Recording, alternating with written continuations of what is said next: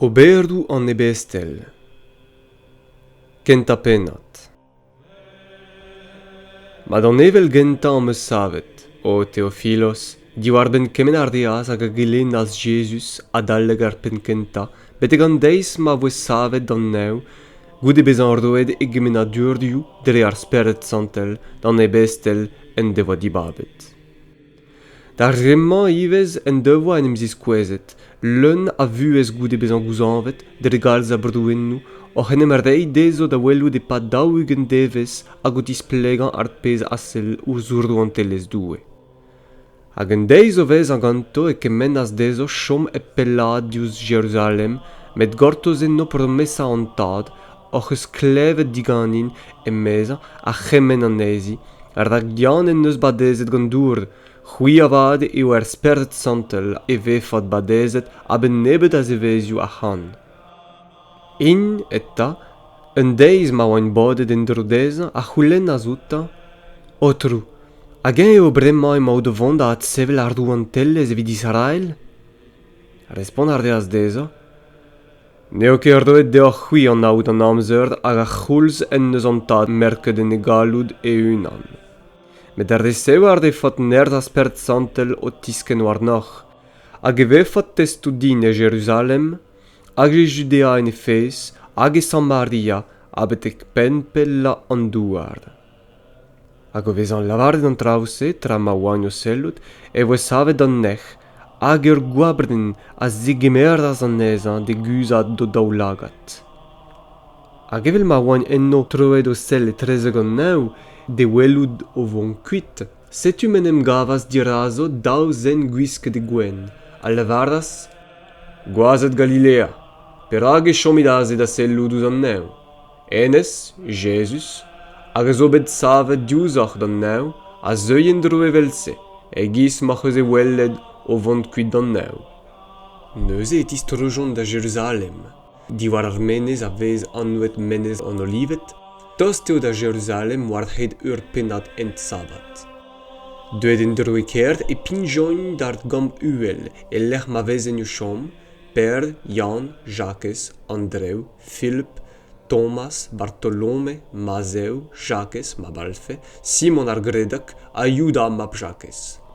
Ar remman ol hag en dalc'he da bedi, unan a galon, gant en nebet grouagez a Mari, mam Jesus, hag an evredeur. En dezioù se en em lakas perd en e sao e kreiz ar vredeur, an dud bodet a oa ur c'hwech ugen ben agoneza, hag e lavardas. Brother, ar de oa e teujet a wir a lavard se eus ar skritur. Lec'h men neus ar Testamant Santel dre c'hennoù David ar da komzet diwar ben Judas hag a zo bet encherd an dud od skroget Jesus. E ar den gen devoa en on touez, hag e lod en devoa resevet en ur ministererdez. Enez eta o vez an prenet ur part gant prizan e dorfet a zo kouezet war e ben, a zo tarzet dre an anter a skuiliet e ol vouzello. A kenan a vezet eo an darvout se gant ol an ezidi Jerusalem, mas eo bet anoued ar park se en o yez dezo a kel damach da lavardou deo park ar goat. Ar ak skrivet eo e leor ar salmou, ar razo eo e di da vez an didut, a na vo den o chomenna. A c'hoaz eo skrivet de nal da gemer e gark. Ar deo eta e mesk ar oazet se a zo bet ganim e pad an ol amzer men neus bevet en on touez an Oberoù Jesus a dalek badez an Jan bet egan deiz me o besavet kuit diganim e vefe un an o ton da vez an ganim test eus eat salvidigez. Kin e gardijon daou, Joseph, anouet Barsaba, a les anouet Justos a Mazeas. Pedi ar dejon neuze o lavardout? C'hwi, Oberoù, hag a an av kalon an ol dut. Diskwezet dim peini oc'h eus dibabet eus an daouma, da gemer e ministererdez an apostoliez ar plazen eus dilezet Judas evit mont al lec'h a zo deza. Ten ar dejon ar sartou arno, hag e kouezas gant Mazeas. Ma voe kontet emma gant an onnek apostol. Eil pennat. A peur de remenet an amzer a ben deiz ar Pentekost, ed on ol bodet a gevret an evel e plech. Adoltrum e c'hoarvezas o tonneus an neu un trouz evel ur bard avel a leunias en ebes an ti ma oan a zezet enna. Hag e weljon oc'h en emran a dirazo teodou evel teodou tan a zeuas da bozan unan war bebini aneza. A leuniet e voe an ol gant ar Bibl Santel. Hag en em lakaet ar rejon da gomz e yezoual, vez mardo e ar Bibl dezo da livarout. Bez e oa o chom e Jérusalem, Yousevien. Gwazet deol deuet eus kemen broad a zo din dan an neu. Goudet an trousse, c'hoarvezout, en em zastumaz an engruez, a strafulle de oen, dre ma kleve pepini an ezo an Ebestel o komz en e yez e unan. En o estlam, hag en o souez e lavardein, an ol rema a zo komz daoust a ninket Galileis? Penozet a pepini a hanom hag lev an ezo yez ez zon bet ganet enni. Partet, medet hag elamis, tout o chome e Mesopotamia. Judea a Cappadocia, Pontos hag Asia. Phrygia a Pamphylia, Egypt hag al loden se eus Libia tost da Gyrene. Romanet o tremendreamma, Yousevien a proselitet, Kretis hag Arabet. Klevout ar reom an ezo o tiskleria en or Jesu Oberoù meurdoue. An ol a oa sabatuet, hag en o sebez e lavarden da an el de gile? Petraio kemen ma. Real e lavarde guabuto, leun bar in gant gwindoz. Met per en e sav gant an unnek a savas e voez hag a zisklerdias dezo. Gwazet Judea, a c'hui ol o chom e Jérusalem, an a vezit kemen ma a digorid o tous kward nam homzo. Dak nek ke mezo ar ma, evel mema o c'hui o sonjal. Gant an trede vez eus an deiz ema omne meken. An drama eo avad ar pezh en eus diouganet ar profet Joel. A Setu, en amzerioù diweza, emedoue, e skuilhin eus ma speret war bebden. Hag e tiouganno ou mibion, hag ou mechet, hag ou tud yaouang o devo gwele digezioù, hag ou tud kos o devo envreoù, a war ma servigerien a ma servigerezet, e skuilhin eus ma speret en dezioù se, a diougan a ragn. Diskwez ar din burzudou en neu, ou skrech, a sinou war an douard, ou straou, gwad a tan a bouliadou moget, an eol a dreuio en da valigen, hag el douard e gwad ar droug ma teuio deiz an otrou, an ini braz a lugernus, a kemen ini a halvo wardna anno an otrou a vo salvet. Gwazet d'Israël, chelaouet a chomzouma. Jésus a Nazaret, an dense neus doue gwiriekaet dirazoc'h gant an Oberoù a c'hallout ar burzudou hag ar sinou a zo bet graet drezan, gant doue, en outouez, evel men gouvezit c'hui oc'h unan, enez bet gwerzet vez ar mennad bet divizet e ar a gouiziegez doue oc'h eus staget ouz ur gruaz drezaou ar an paganet a lakaet d'ar marl. Met doue neus a tsavet a diebet an eza eus reoù an ankou. Der en helke bezan e chomfe e dalch ar marl.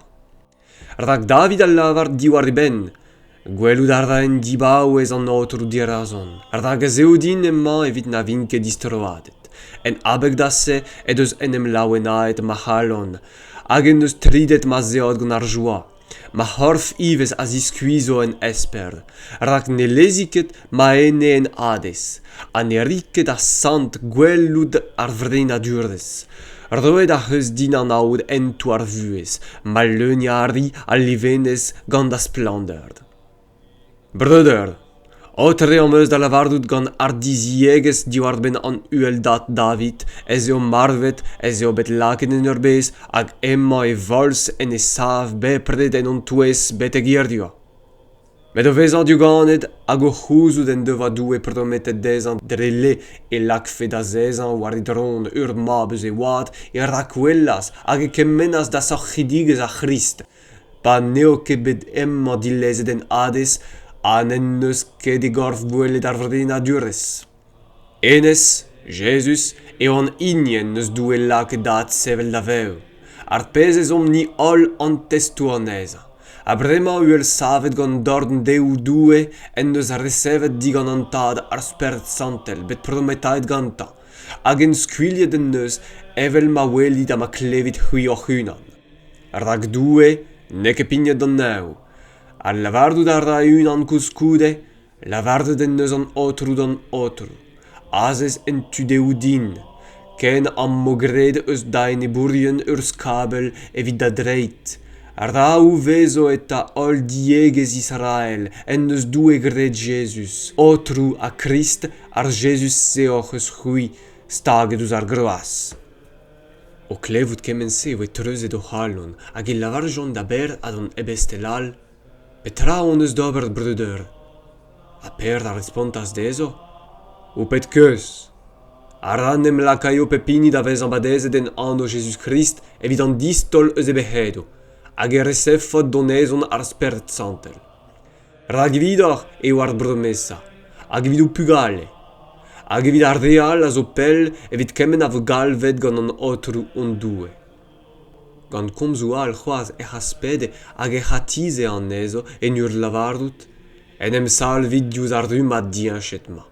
Ar remma eta o vezan de gemerde de gomzou a voe badezet, hag en deisse eo ar dro 3 miliad a eneouen em stagazouta. Aketus e vezen da chilau ke lenerdez an Ebestel, da vierdout comuniez da gemer perzer d'an adur ar barda hag er pedenno. E pe benne e veze doujans doue, ar da karz burzudou a sino a veze graet gant an Ebestel. An ol grederion a veve a gevredet hag o devo a peptar a comunet reza. Gwerzan ar rein o domaniou a gomadou hag ar priz an ezo ar anen entere an ol, er vez ezon pepini. Bemdez a un galon e vezen aketus da zaren prededi an tempel, a givez gerd ar an ar barda. Kemer ar dain o bouet a galon laouen a geun, en ur veli doue, a grad vad ar bobl a bez o devoa. An otrou a greske bemdez o strollad hag an dut salvet. Trede penat. Per a Yann a oa pignat d'an temple evit peden an navet eurvezh. A Setu ma tegase den kam e zioù a dal e digez, a vez e lakaet bemdez e kichen an nord eus an temple a vez an oued an norger, evit goulenn an aluzon dig an arde a ya e baraz. An den o welout per a Yann war nes mon e barz an temple a c'houlenn az aluzon diganto. Per o vez an parde de sel warna ken koulz a Yann a lavardas? Sel ouzim. Avad a chom e stagez au lagadouta, o c'hortoz kaout dra bennak diganto. Met per ar lavardas a c'hant pe aour ne meusket. Met ar pezh am eus ar do an dit. En anno Jesus Christ an Nazaredat. Kers. Hag o kregien an dre zorn deu e savaz an eza. War an tol e teu a startigen en e dreit, hag en e zau ufern, hag en e lam e voen e sav a Setu ma kerze. Antren ar deas ganto e barz an temple, o vale hag o lammad hag o veli doue. An ol dud a wellaz an eza, o vale hag o veli doue. En an avezout a rein mat, ya, en ez a oa an inia c'houlenne an aluzon a zezet dirag dorgerd an temple. Hag e oan leun a spont, hag a estlam dirag ar pezh a oa c'horvezet ganta. O vezan ma talc'hetoz da ber ad Yann e te redaz an ol dud estlamet braz da veta. War-zu ar porchet a vez graet an eza porchet Salomon. O welout se, per a gomzaz ouz ar bobl. Israelis, perag oc'h souezet gant an drama, perag et reuit ouselou war-zu en nom, evel pa vije dre or galout on unan, pe dre on doujans doue or bije laget an ez an avale? Doue Abraham, Isaac, a Jacob, doue on tadou en eus roet gloar de servigeur Jesus. An inni oc'h eus c'hwi laket et redawar an pilat a dinachet diraza, pa fele da emma e lezel davon. C'hwi avad e war sant, an den just oc'h eus dinachet, en dram oc'h eus goulennet ma vefe losket d'oc'h digastiz ur muntreur. Pen rener ar vuez eo an inni oc'h eus lazet, eo hag a zo bet laket gant doue da at sevel a douez ar revardo. Ar pezh ez om ni an testou an neza. A dre ar feiz en e anno eo bet pardeet an denma a welit hag an avezit. Ya, an anno se en eus roet startigen deza. Ar feiz enna en eus da ad degastet enna dirazar ol ar yechet parfetse. A brema, breder, gouz a ran eo dre ziwiziegez oc'h eus graet an trause, c'hwi ken koulz a gourenerdien. Met doue en eus gant se kaset da ben ar pezh en devar ag embannet dere c'henou an ol brefedet et le e grist gouz an poan. Oupet keuzet ta, a distroid outan evit ma vo diverket oupe hedou. A mateu a berz an otrou am zervez ar freals. Pa gaso deoc'h an inia zo bet rak divizet da vesias devidoc'h. Jesus. Da emañ et le an neu reit de gemerd, betek marde nevezidigez an ol drau, en deus doue komzet an ezi dere c'henou e Bibl Santel eus an amzer gos. Rak Moizez da gentan en eus lavardet, lakaet ar raio an otrou on doue da sevel a douez oupreder un dioganer invelouzin, e chelaou ar defad war gementra lavardo d'oc'h, ogen kemen inin a chelaou ket an dioganer se avo kaset da get eus a douez ar bopl. Goudese an ol brefedet a dalek Samuel, hag ar real, o deus komzet war e lech, o deus ivez kemennet an devezhioù ma. C'hwi e mi bihan an dioganerdion hag an emglev en eus doue divizet gant Tadoù. Pen eus lavardet da Abraham, en da zisken adur e vo beniget ol vroioù an douard. Evidoc'h da gentan eo en eus doue at savet e serviger a kaset an nez an doupen niga, dre lakaet pebun an ac'hanor d'em zistrei diouz e wal Oberoù. Pevar e pennad. A greiz medonio komz ouz ar bobl en em gavas warno ar beleien, pen war d'an templ hag ar Sedukeidi.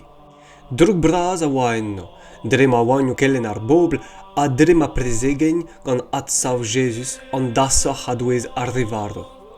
Teurdel a region o daouarn warno, hag e lak join an ezo en toulbach a ben an deiz war lech. Rak dija e war sernoz.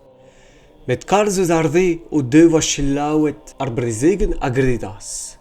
Hag e savas an niver an ezo en ur gonta ar oazet epken dur 5.000 benag. An trononz en em vodas ar renerdion, an enaourion hag ar skribet e Jerusalem. Ken koulz a Anna ar belek meurd, a Caïphas, a Jan hag Alexandros, a kemen inia oa eus tiegezio an ach beleien. Hag o vez an galvet an ezo den em zechel en o c'hreiz e rein goulennoù outo. Dere besser galout, en an o piou oc'h eus graet an drase. Neus e perl, leun gant ar Bibl Santel, a lavardas dezo, ar renerdion ar bobl, hag en aourien, pegur on eus izio da respondir a geulez warn diwar ben ur madober, c'hoar vezet kenver un den nammet hag an douare me o bet pardet, ra vo gouvezet mat gant ar ol hag an popl Israel a bez eo en anno Jesus Christ an nazardedat, oc'h eus c'hwi staget ouz ar groaz hag en eus doue at savet a douez ar revardo, eo drezan en em zalc'h emman pardet dirazoc'h. Ennez eo ar mein bet distolet gant ur c'hwi, ar saverdion, hag a zo deuet da vezan ar men korn. Ne mar silvidigez en inial ebet, rak neus dindan an oabla anno ale ebet, roet an dud ad lefem bez an salvet gantan. O welout ar diziegez per a Jan, hag o verzout eo an tud ep krenadurez nagultur e chomen souezet. Ou an avezout ar rein mad evit tud a veze gant Jesus. Met war den dro, pa welen ganto en e sav an den bet pardeet, no devoa netra da respon. Neuze e rojon ur dezo da vone er mez a sonerezh hag en em lak joun den em guzuliak en et rezo en ur lavarout, petra ober dan dutze, ur burzut diarvar zo c'hoarvezet drezo. Anna deo an drase da ol an ezi di Jerusalem, an helom ket en em naha. Met evit a zalc'ho ket an trause den em skinia et touez ar bobl di fenom outo gant gourdrous komz pelloc'h ouz den en anose. O gervel a region eta hag e c'hoc'hemen join dezo chom a gren ep komz na gellen en anno Jesus. Met per a Jan a respontas dezo, daoust a reiz eo dirak doue senti ouz ar c'hwi kentoc'h eget ouz doue, de ar c'hwi da varn. Rak ne c'hellom ket ni chom eb displegan ar pezh on eus gwelet na a klevet. In, avad, goudi o gourdrouz a darde a lezaz an ezo da vont, Ne wellen ket penons o chastiza en abeg d'ar bobl, rag an ol ar rente gloar da zoe diwar ben ar pezh a oa c'horvezet. Ous Pennadoù ugen vloaz e oa an den de gwezet gantan ar par de burzudus se. O vez an bet di Brezhoneg e teujon da gaout o zut hag e reujon kelou dezo eus kemen o devoa ar benveleion hag an enaourion lavard dezo. Hag in o klevout kemense a savas o moez war zudoue hag el lavardas. Mestr, te an inien eus graet an neu, an douar, ar mor a kemen a zo enno. Te a heus lavardet dre ar Santel a dre chenou on uel da David da serviger. Per ago deus turmudet ar broavezhioù hag ar poblu irdien den aner. Enem glevet o deus ur douanet an douar, hag ar benner den erdion o deus enem un anet, eneb an oteroù hag eneb er grist. E gwirionez, enem un ani o deus graet er germa a eneb da serviger den Santel, Jesus an inia heus o levet. E ar rodez a pons Pilat gant ar broavezhioù a poblu Israel o deus gant se kaset da ben kemen a oa bet rag divizet da c'horvezout gant da c'hallout a da furnez. A bremañ, oteroù, tol ur sell war o gourdrouzou, hag evit rei da servigerdian an tu da zisklerdia da gomz gant pep ar diziegez, asten da zorn, evit ma c'horvezo par da idigezioù sinou a burzudou dre anno da serviger Santel Jesus. E chuganto o feden e krenaz al lec'h met on badet enna. A leuniet e voen ol gant ar Santel hag en em lagjon da ziskleria komz doue gant ar diziegez. An ol grederdion not devoa nemet ur galon hag un ene. Iniebet an ezo ne anvet tra 10 an e unan ar pezh a Brezhoneg, met pep tra a oa kumen genetrezo. Hag an galou de leiz e roe an Ebestel o zesteni diwar ben at savidigez an oteroù Jesus a braz e oa grad vada an dud en o c'haver. Ne oa den ezonmeg ebet en o zouez, rag kemen inia veze perchen da zouardou pe da diez o gwerze, hag a zega se priz o gwerz e ars treid an Ebestel. Roet e veze neuze da bep ini vez an ezom en de veze. Evel se, Joseph, lesanouet Barnaba gant an Ebestel, da lavardou deo mab ar fre ar zidigez ul leviad an eza, genidig eus kiprenez en devoa ur park e werza ar reas hag e tegasas ar priz an eza e ar streid an Ebestel. Pemvet pennat.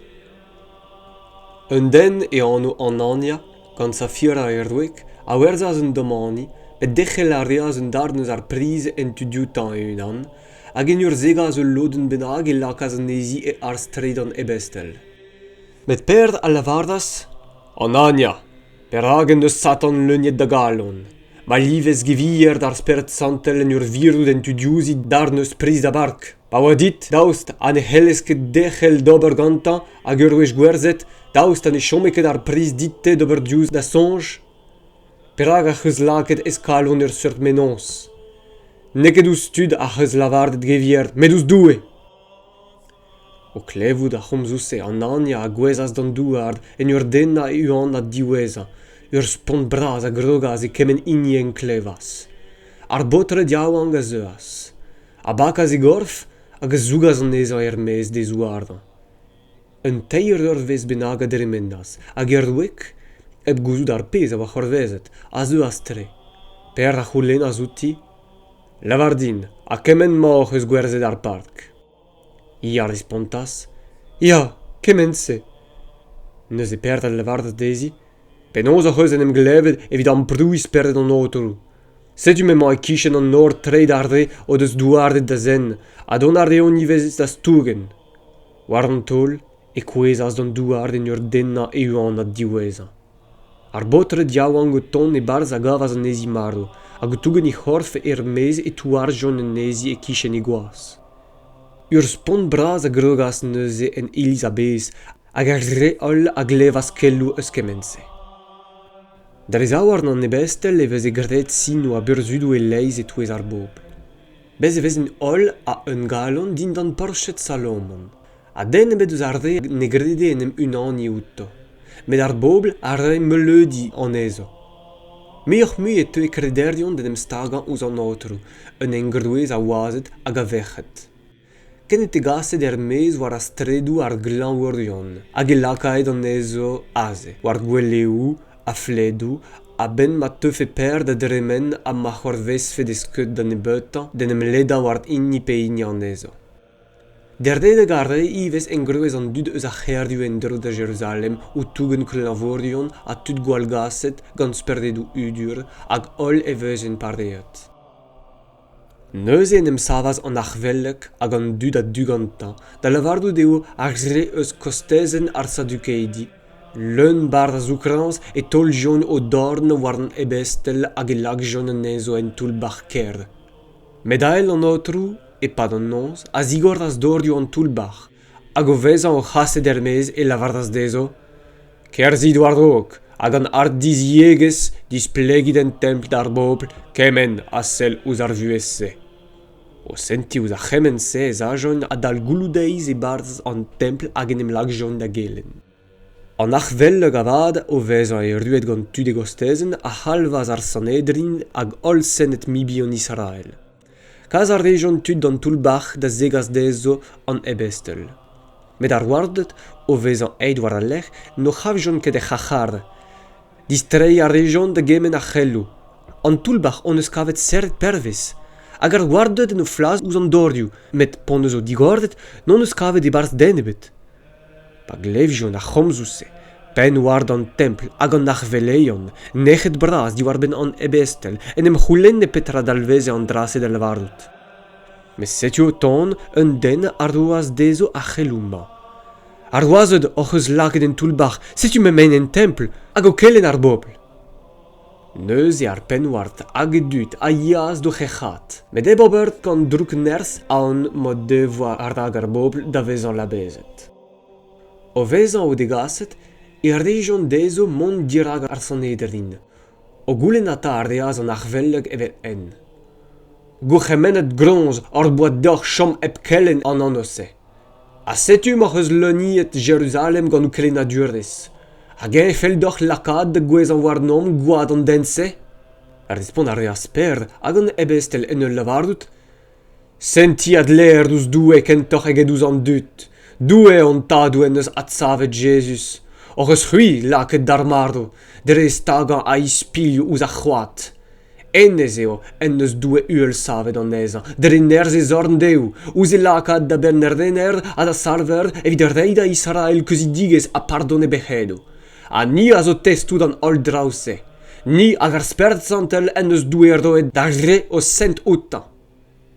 Ein a vad ouz o c'hlevout a skrinne gant ar gonard hag ar dae o sonj do laza. Met sevel ar deaz e kreiz ar Sanedrin ur fardizian, e anno Gamaliel, doktor war ar lezen, e nordet gant ar bobl a bez, gouchemen ar deaz lakat ar oazet mezo ur pennadig. Hag e lavardas d'ar varnerion? Gwazet Israel, en em sonjit mat petra e mach o vont d'ober e kanver an dutse. Ar dag dija en on amzerd en eus en em ziskouezet teudas. O lavardout e oa un den aneza, as a stumaz en drodeza un niver a bevar c'hant benag a dut. Lazet e voe, a neuze a re ol a fizi e warna en em zi strollas hag a yeaz da netra. War e lech e teaz Judas ar Galileat, en amzer an niveradek, hag a sachas tud de eul. Eo ivez a varva strum, hag a re ol a fizi e warna a voe strewet a beptu.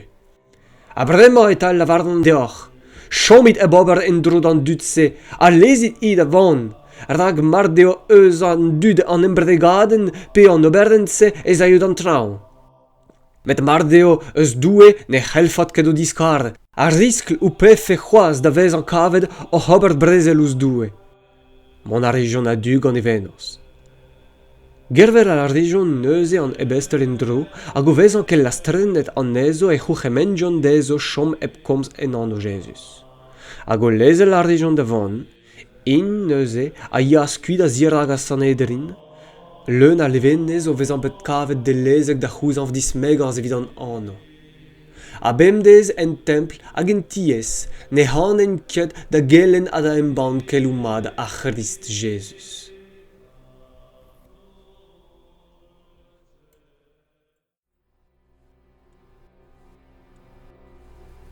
Echuom gant ur beden evit Breiz. Breizis, kwezom d'an daoulin hag ep fall galoni, pedom Jesus da gemer truez ouz ur broni.